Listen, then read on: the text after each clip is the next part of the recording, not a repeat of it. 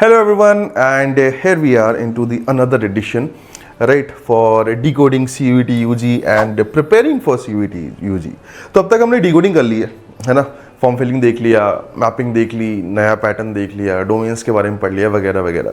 Today we are going to deal with how to score 100 percentile in CUET UG. I have a very solid strategy जो तुम्हें सीधा, अगर तुमने मेरी बात मान ली तो it will actually get you to the 100 percentile of CUET. और कोई भी कॉलेज, कोई भी आपका सब्जेक्ट जो वो है, कोर्स है, आपकी पहुंच से दूर नहीं होगा. You want to know the secret strategy? Stay tuned. The secret strategy is पढ़ो. Yes, the secret strategy is पढ़ो.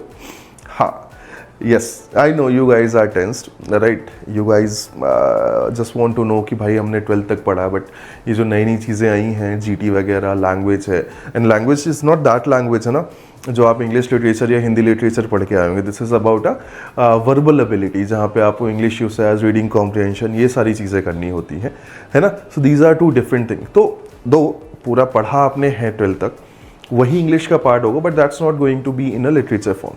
सो आज हम डिस्कस करेंगे कि what should be the correct steps जिसके थ्रू आप पढ़ाई करके आप एक बेहतर स्कोर ला सकते हो, राइट. अगेन 100 percentile या दूसरी चीज़ें ये वो पर्टिकुलर लोग लेके आते हैं जो रेगुलर हैं, है ना. सो जो कुछ चीज़ें होती हैं जो हमारे प्रिपरेशन के लिए ज़रूरी हैं वो है रेगुलरिटी. दूसरा ये है कि आप पेंडेंसी ना रखें. यस, अगर आप पेंडिंग वर्क रखते हैं साथ साथ पढ़ते पढ़ते कि भाई ये टॉपिक पढ़ लिया लेकिन ये पूरा नहीं हुआ, फिर दूसरे टॉपिक पे कूद गए या दूसरी चीज़ें की, तो that is going to create some mess, right. Third thing is, चूँकि ये 12th क्लास का सब्जेक्टिव एग्जाम नहीं है, so you need tons of practice when it come to mocks and computer based particular जो टेस्ट होते हैं. तो आपको ये तीनों चीज़ें जो है ना उनका ध्यान रखते हुए करना है. सो जोक्स अपार्ट, अपन तीनों चीज़ें थोड़ा सा डिस्कस करते हैं कि कैसे कर सकते हैं. नाउ डोमेन्स की बात करें, या स्लाइड खाली है क्योंकि मैं लिख के पढ़ाना पसंद करूंगा. सो डोमेन्स की जब बात करते हैं तो डोमेन्स में मैंने आपको बोला कि मेजरली जो 12th क्लास सिलेबस है, राइट, वो आपके साथ सेट होता है. So first thing, you should go for NTA syllabus, right.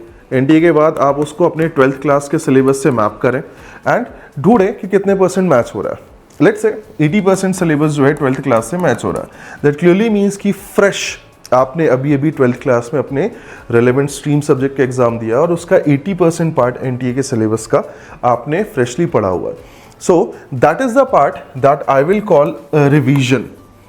क्या कहूँगा मैं इनको? रिवीजन. दैट रेस्ट 20% पार्ट जो आपके 12th क्लास के सिलेबस में नहीं था, वो मोस्ट प्रोबेबली 11th के सिलेबस में होगा या थोड़ा सा आगे पीछे होगा. And easily you can get access to the study material relevant to that 20% part, क्योंकि ऑलमोस्ट हर बोर्ड ऐसा होता है या हर पर्टिकुलर पब्लिकेशन ऐसा होता है जिसके कुछ ना कुछ मटेरियल होते हैं, और बोर्ड्स के मटेरियल तो उनकी वेबसाइट में ऑनलाइन अवेलेबल होते ही हैं. So yes, you can get that particular material, और आप अपने एक्सपर्ट जो आपके टीचर्स हैं उनके साथ बात करके आप क्या कर सकते हैं, उसको सेट कर सकते हैं. डोमेन्स में जो सबसे बड़ी पर्टिकुलर चैलेंज आएगा वो आएगा आपके लिए टेस्ट एंड मॉक के लिए. यस, टेस्ट एंड मॉक्स, क्योंकि आपने अब तक जो भी पर्टिकुलर स्ट्रीम सब्जेक्ट पढ़े हैं उसमें आपने सब्जेक्टिव पेपर लिखा है, तो आपको एक ऐसा प्लेटफॉर्म ढूंढना पड़ेगा, राइट, जिसमें आप क्या करेंगे, नंबर ऑफ टेस्ट जो है उनको दें, जिससे आपका कंप्यूटर के साथ कंप्यूटर में टेस्ट देने का जो पर्टिकुलर वो है, क्या कहना चाहिए, तालमेल है, वो बन जाए.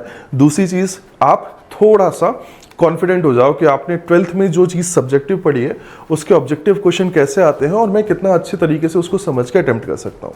सो you need tons of मॉक्स apart from studying these particular topic, right. मज़े की बात बताता हूँ, you can gate tons of मॉक्स. थोड़ा सा डिस्क्रिप्शन में जाएंगे आप तो आपको मिल जाएगा, राइट, लिंक. एंड ये जो मॉक्स हैं ये आपके लिए ज़रूरी हो जाएंगे. फिर लास्ट में जो पर्टिकुलर चीज़ बचती है वो है PYP. Yes, previous year papers. Make sure करो कि जो डोमेन सब्जेक्ट आप चूज कर रहे हो, जो भी आपके 12th के रेलेवेंट स्ट्रीम सब्जेक्ट्स हैं, उनके पूरा का पूरा थ्योरी कंप्लीट करने के बाद, कुछ टेस्ट देने के बाद आप PYPs पे जाओ. PYPs पे आप जैसे ही जाओगे तो आपको पिछले साल के पेपर्स होंगे, तो पिछले साल के पेपर्स के लेवल ऑफ डिफिकल्टी जो है क्वेश्चंस की, और एक टॉपिक से किस टाइप का ऑब्जेक्टिव टाइप क्वेश्चन बनेगा, इसकी और बेहतर समझ डेवलप होगी. तो जो स्टेप्स हैं उसमें सबसे पहले ये है कि 12th क्लास का सिलेबस एनटीए का सिलेबस मैच करके देखें। फिर जो 12th क्लास के सिलेबस से मैच करता आपने फ्रेशली पढ़ा उसको प्रॉपर रिवाइज करें, जो बचा हुआ है उसके लिए लिटरेचर वो करें और उससे एक्सपर्ट से गाइडलाइन लेके, एक्सपर्ट से गाइडेंस लेके क्या करें, पढ़ाई करें। फिर खूब सारा टेस्ट दें, खूब सारा पीवाईपी सॉल्व करें। That is how you should lead domain, जिससे आप डोमेन सब्जेक्ट्स में जब आपका सीवीटी हो तो उसमें बेहतर परफॉर्म कर सकें। ठीक है, आगे बढ़ते हैं और आगे बढ़ के बात करते हैं जनरल टेस्ट की। Now, general test is going to have 3 sections, right? One is quantitative aptitude, another one is logical reasoning, and the third one is general awareness, right? Quantitative aptitude is that particular skill जिससे आपने जो भी quantitative technique या जो भी particular mathematical technique सीखी है उसका आप aptitude version या उससे problem solving सीखते हो। For example, मैंने simple interest सीखा, तो simple interest का formula है PRT/100। तो मैं ऐसा पर्टिकुलर प्रॉब्लम दूंगा कि मैं पूछूंगा कि भाई साहब ये रहा आपका इंटरेस्ट, ये रहा प्रिंसिपल अमाउंट, ये रहा टाइम, तुम तो हमें बताओ कि इंटरेस्ट कितना है, रेट ऑफ इंटरेस्ट कितना है, राइट? तो इस टाइप की प्रॉब्लम आपको देखने को मिलेगी क्यूए में।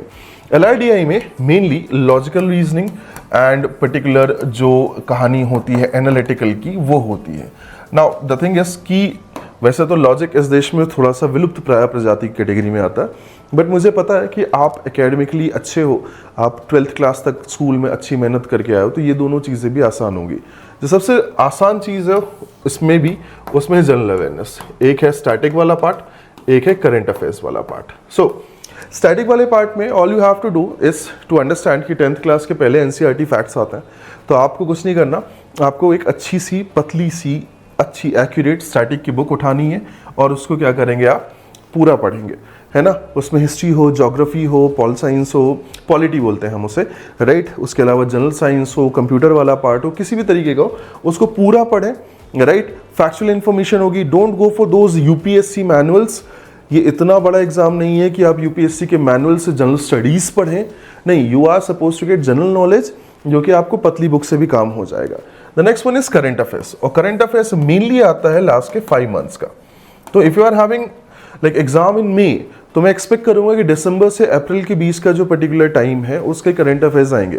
तो दिसंबर से अप्रैल के बीच में जो सबसे मेजर इवेंट्स हैं, सबसे मेजर जो पर्टिकुलर चीज़ें हैं, फॉर एग्जांपल अपॉइंटमेंट है, ऑफिस होल्डर्स है, अवार्ड्स एंड प्राइजेस है, बुक्स एंड ऑथर्स है, ऐसे लोग जो न्यूज़ में थे जिसको हम पर्सनली न्यूज़ कहते हैं, राइट? उसके बाद कुछ इकोनॉमिक न्यूज़, कुछ पॉलिसीज़, कुछ इवेंट्स नेशनल लेवल पे, कुछ इंटरनेशनल लेवल पे, फिर उसके बाद कुछ इकोनॉमिक न्यूज़ उठाओगे आप, कुछ स्पोर्ट्स की न्यूज़ उठाओगे, और ये जो मेजर न्यूज़ हैं ये 5 मंथ के पूरे कवर कर सकते हैं। That will create a current affairs syllabus as well.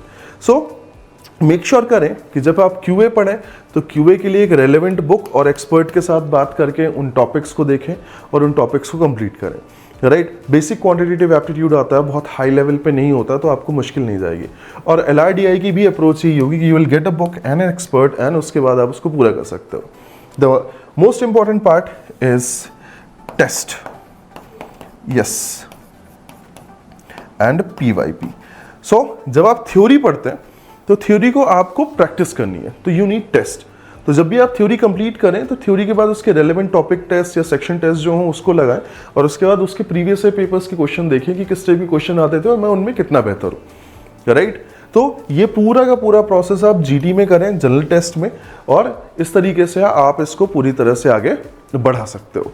Moving on, जब हम बात करते हैं लैंग्वेजेस की, तो लैंग्वेज में I am pretty much sure majority of you are going to opt English, क्योंकि English is that one particular subject जो ऑलमोस्ट हर बोर्ड में एक अच्छे तरीके से इन्वॉल्व होता है। तो यहाँ पे जो इंग्लिश आप पढ़ेंगे that is going to be verbal ability. It will have reading comprehension, it will have English usage, right? It will have vocab, it will have synonyms, antonyms, other things.